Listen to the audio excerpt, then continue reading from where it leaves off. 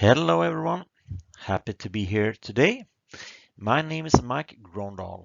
I have over 20 years of IT experience and I help companies leverage the power of Azure and AWS to achieve their digital transformation, security and compliance goals.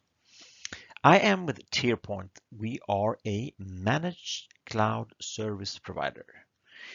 Today I'm going to be speaking on zero trust in the public cloud and some core principles and defense strategies. Let's get started. Here is our agenda for today. First up, an introduction to zero trust and the evolution of the zero trust model. Next, benefits and key use cases in public cloud. Then we will look at core principles of zero trust and 7 pillars framework. And we will wrap it up with strategies to implement defense in depth. So what is zero trust? Zero trust is a security model based on the principle of maintaining strict access controls and not trusting anyone by default, even those already inside the network perimeter. Zero trust is based on the premise that trust should not be automatically granted, whether inside or outside an organization's perimeter. The concept of zero trust implies that you must always assume your systems are under attack and that you must take steps to prevent it. It's designed for the internet, but also enforced on the intranet. State-sponsored hacker groups such as Nobelium use increasingly sophisticated attack methods to try to infiltrate your systems and steal valuable information from customers' businesses. These persistent attackers will continue to probe for weaknesses. You need an approach that matches that persistence. Now, let's talk through the evolution of zero trust. First, in the early 2000s, traditional perimeter security begins to show limitations. Bad actors were finding ways to penetrate the perimeter defenses and gaining access to the internal networks. The term zero trust was coined by an analyst at Forrester Research in 2010, when the model for the concept was first presented. A few years later, Google announced that they had implemented zero trust security in their network, which led to a growing interest in adoption within the tech community. In 2019, Gartner, a global research and advisory firm, listed zero trust security access as a core component of secure access service edge solutions. Today, zero trust is steadily growing across cloud environments, driven by increasing threats and remote work. Zero trust as a philosophy is better suited to modern IT environments than more traditional security approaches. With such a wide variety of users and devices accessing internal data, and with data stored both inside and outside the network, in the cloud for instance, it is far safer to assume that no user or device is trustworthy than to assume that preventative security measures have plugged all the holes. The primary benefit of applying zero trust principles is to help reduce an organization's attack surface. Additionally, zero trust minimizes the damage when an attack does occur by restricting the breach to one small area via microsegmentation, which also lowers the cost of recovery. Zero trust reduces the impact of user credential theft and phishing attacks by requiring multiple authentication factors. It helps eliminate threats that bypass traditional perimeter-oriented protections. And by verifying every request, Zero Trust security reduces the risk posed by vulnerable devices, including IoT devices, which are often difficult to secure and update.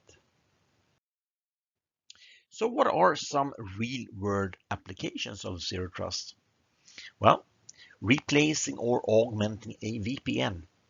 Many organizations rely on VPNs to protect their data, but VPNs are often not ideal for defending against today's risks, as logging into a VPN gives a user access to the whole connected network. Securely supporting remote work. While VPNs create bottlenecks and can slow productivity for remote workers, Zero Trust can extend secure access control to connections from anywhere. Access control for cloud and multi-cloud.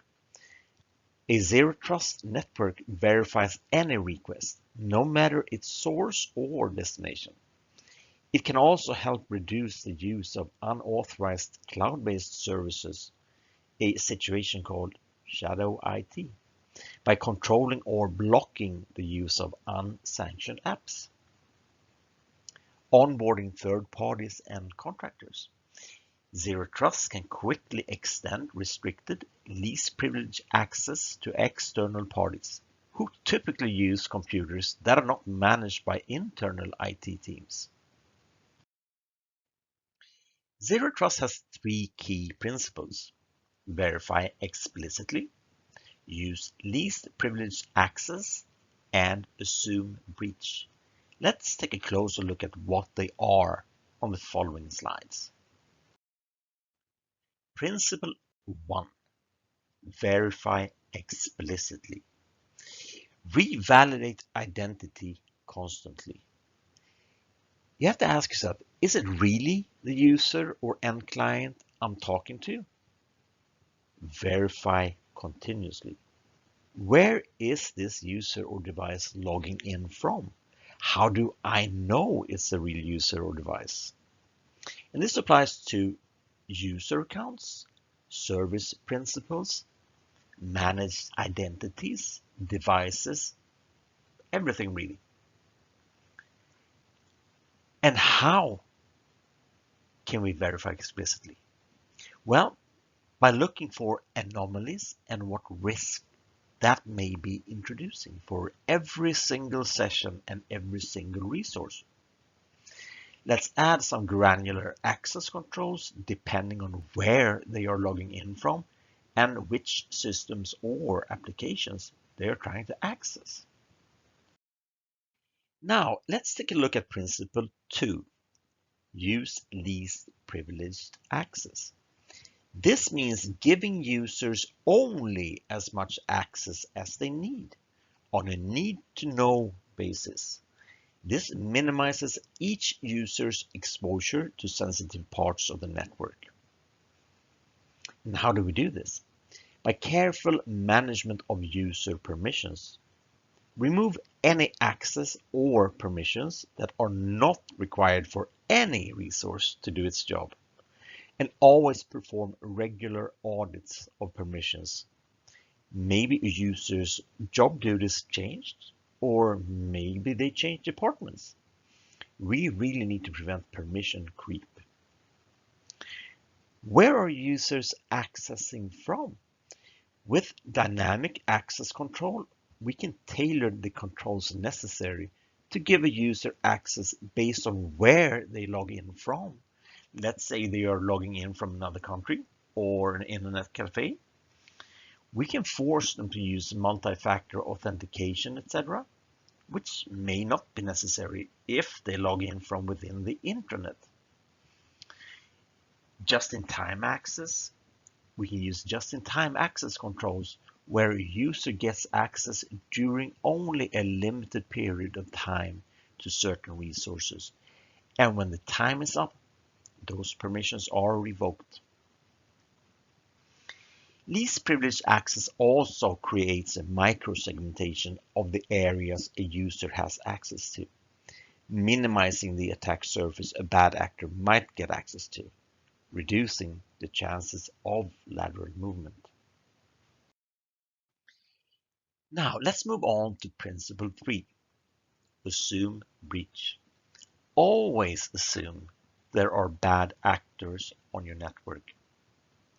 How? By always verifying. Remember principle 1?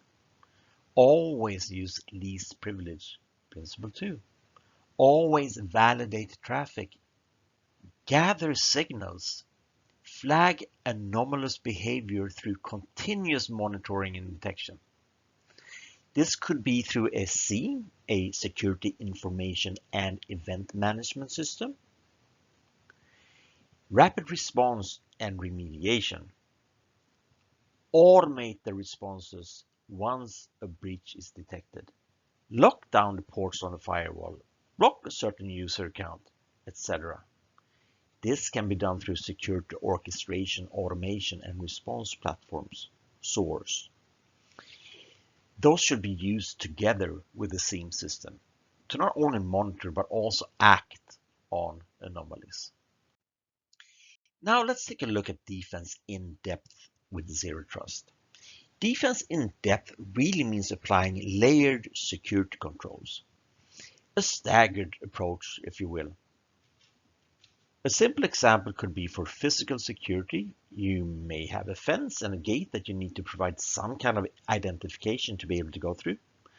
Then you might have a security guard that will verify that you are who you claim to be and that you have permissions to access the facility. Then you may have a locked door that you need to have an access card to access. The same approach goes for the cloud, but here we have the following layers. Layer 1, identity verification. Rigorous authentication of every access request, especially from remote workers. Layer 2, device security. Managing the security status of devices accessing the network. Layer 3, network segmentation. Limiting lateral movement within the network. Layer 4, data protection. Applying data-centric security measures like encryption, tokenization, and data loss protection. One way we can enable layered and adaptive defense and security with Zero Trust is by using conditional access. Granting access based on real-time assessment of identities, devices, and security posture. Conditional access gathers signals from the different identities and enforces security policies by applying security measures based on things like where is the user trying to log in from? What is the IP location? Which application are they trying to access? What risks does this user pose? Should we allow, block, or allow limited access? Should we force the user to use multi-factor authentication? Should we force the user to change his password? A few examples of this could be, for identity, use multi-factor authentication, single sign-on, passwordless, role-based access control, just-in-time access control. And for endpoints, what type of device is the user or identity logging in from? Is it laptop, IoT device, server, phone? What is the OS version? Do they have antivirus? What's the patch level? If not up to par, force an action. Block access or limit access. For networks, use microsegmentation. Limit the attack surface. Always use encryption, even within an intranet. Could be TLS or IPsec. For data, use encryption, tokenization, and data loss protection. Since we mentioned multi-factor authentication and single sign-on previously, let's just briefly touch on what that means for those of you who may not be familiar with these terms. Multi-factor authentication means requiring more than one piece of evidence to authenticate a user. Just entering a password is not enough to gain access. The evidence required to authenticate would be two or more of the following. Something you know. This could be a password, PIN, or an answer to a security question. Something you have. This includes physical items like a smartphone, security token, or a smart card. Something you are. This involves biometric verification, such as fingerprints, facial recognition, or voice recognition. Now let's explain what single sign-on means. Single sign-on is an authentication process that allows a user to access multiple applications or services with a single set of login credentials. This means that after logging in once, the user can access all the connected systems without needing to log in again for each one. This limits the number of passwords the users need to remember and enhancing security. What about defense in depth for endpoints in a zero trust model? And again, with endpoints, we mean laptops, IoT devices, servers, phones, etc.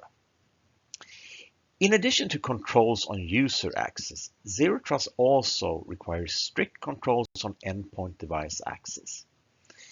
Zero Trust systems need to monitor how many different devices are trying to access their network, ensure that every device is authorized, and assess all devices to make sure they have not been compromised. This further minimizes the attack surface on the network. Now, let's move on to talking about ways to secure the network from a defense in-depth standpoint. The main objectives covered here are microsegmentation.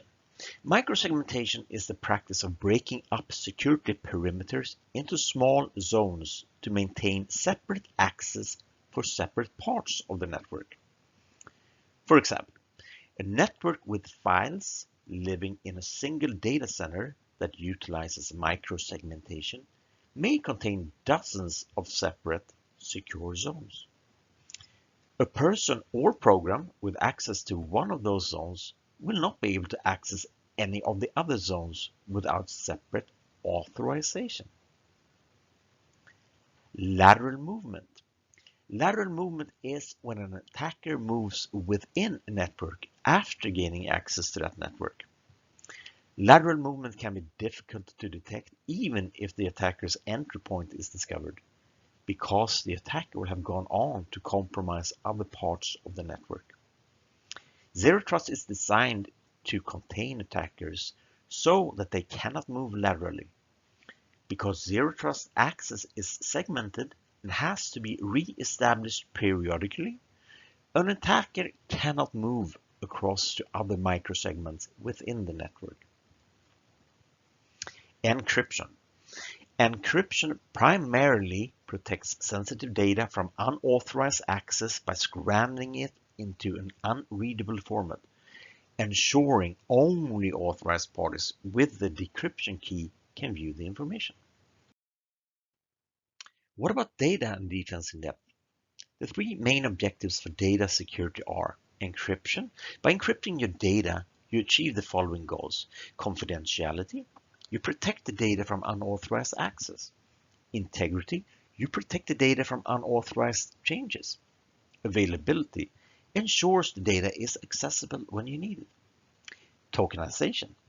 A process to protect sensitive data, such as a credit card number, by replacing that data with a surrogate value known as a token. And finally, data loss prevention, a security solution that identifies and helps prevent unsafe or inappropriate sharing, transfer, or use of sensitive data. So, what are some best practices from a zero trust standpoint? Well, you monitor network traffic and connected devices. Visibility is crucial in order for users and machines to be verified and authenticated. Keep your devices updated. Vulnerabilities need to be patched as quickly as possible. Zero Trust networks should be able to restrict access to vulnerable devices. Another reason why monitoring and validation are key. Partition the network.